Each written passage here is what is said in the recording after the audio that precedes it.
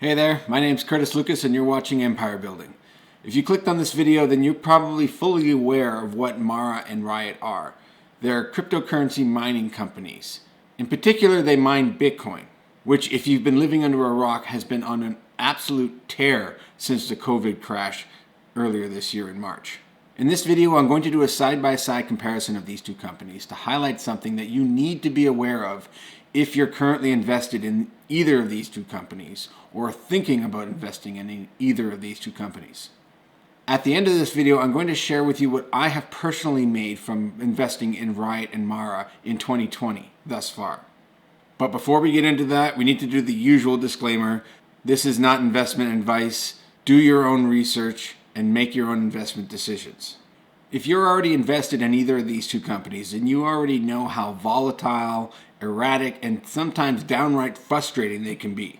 These stocks are loaded with speculators and day traders, which make them a hell of a ride to be on, and sometimes their movement doesn't make a lot of sense. Take Mara over the last month, for example. Mara went from $3.20 all the way down to $2.10, a decrease of 34%, while during the same time frame, Bitcoin jumped 20%. I'm pointing this out because you need to understand that these are highly speculative stocks that tend to misbehave. But as long as you know that, then you can use it to your advantage. And that is what this video is about. To get a good idea of how volatile a stock is, you can take a look at its daily trading volume as a comparison to its total number of shares outstanding. For Riot, on November 11th, the daily trading volume was 82.2 million shares. This when the total number of outstanding shares in the entire company is only 50.93 million. This means that every single share in the company could have changed hands more than once in that single day. It is also worth noting that this was an all-time record for the company. Now, for a lot of investors, this would be seen as a negative because it indicates that there's not a lot of long-term investors in the company. I think you just need to be honest with yourself about the kind of waters you're stepping into if you choose to invest in either of these two companies. But for the sake of the argument, if you want to know who the biggest shareholders are in this company, you can find that on the NASDAQ website. And when you do, you will see investments from the likes of Vanguard, BlackRock, Morgan Stanley, and Goldman Sachs. Clearly, these large and very powerful investment funds see value here. In this regard, Mara and Riot are no different, and I have owned both. The question I am trying to answer is not which company will be more successful long term. They both stand to do very well considering the trajectory that Bitcoin is on. All I am asking is which one is the better buy today? When I first decided to enter into these stocks about a year ago, I did my research on both companies. And what I found was Riot was about 6 to 7 times the size of Mara as a function of hash rate. So for me, the choice was obvious. But things have changed since then, and the market has not reflected that change.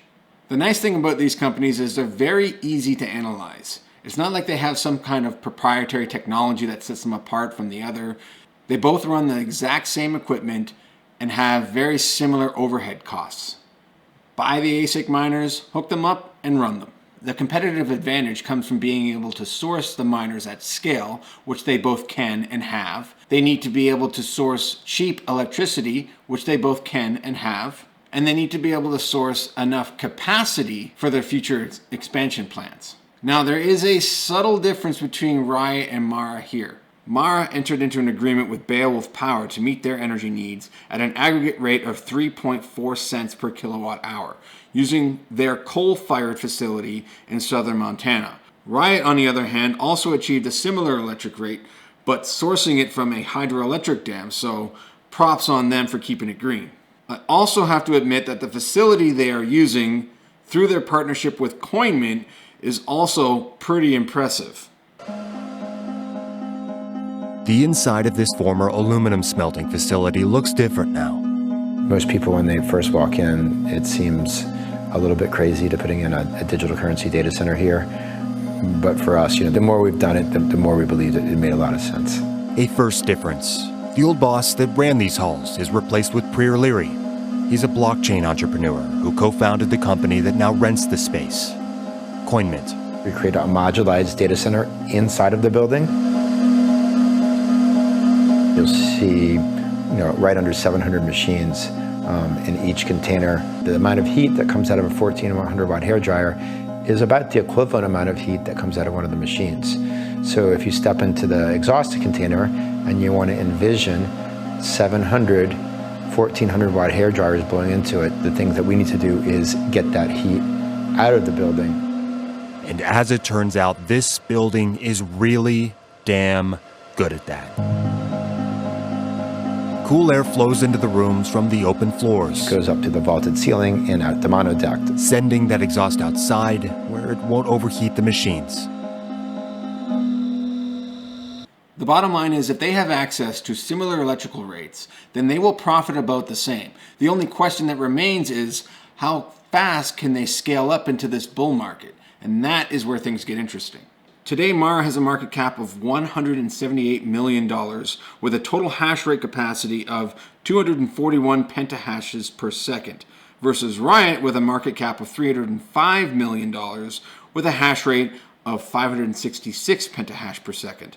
Expressed another way, that is $738,000 per pentahash for Mara and $539,000 per pentahash for Riot. So in terms of the status of things today, it looks like Riot is the better value between the two.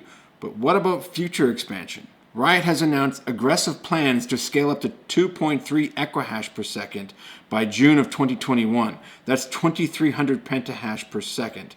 A four-fold increase, which would put their market cap to future hash rate at $133,000 per pentahash. Mara, on the other hand, has made a quantum leap forward by purchasing over 20,000 new ASIC miners that will bring their hash rate up to 2.6 equihash per second, giving them the highest hash rate of any publicly traded company and 2% of the total Bitcoin hash rate worldwide. And this would bring their market cap to future hash rate down to $68,000 per pentahash, half that of Riot. Over the long term, if you're going to continue to invest in Bitcoin mining companies, you should split your investment between them, just in case something goes wrong with one of them. In the short term, the erratic nature of these stocks has presented us with an incredible opportunity to benefit while the scales rebalance themselves, which eventually they always do. So you can see that this wasn't really a technical analysis with me drawing lines and Fibonacci retracements all over a graph. My approach is a little more grounded and meant to just give you some perspective on how you might value these companies. So before I disclose my own portfolio performance, I just wanted to say that I wasn't sure how much attention a video like this would receive. So if you did enjoy it and would like to hear more about these companies and where I think they could go in terms of future value, then leave this video a like and comment down below with your thoughts. Either way, this was an incredible ride this year, and I cannot wait until next year when we really see what these companies can do. And now, as promised, my own personal portfolio performance for the year of 2020 thus far. My personal rate of return throughout 2020 to date is 342.66%. And no, I didn't just cherry pick one account that did well. This is an amalgamation of all my trading accounts. As you can see, it was a wild ride, so you need to be ready to suffer 50% losses from time to time. But in the long run, it certainly ends up worth it. Fingers crossed for new all-time highs for Bitcoin over the next couple of weeks. But in the meantime, let's get back to empire building. Bye.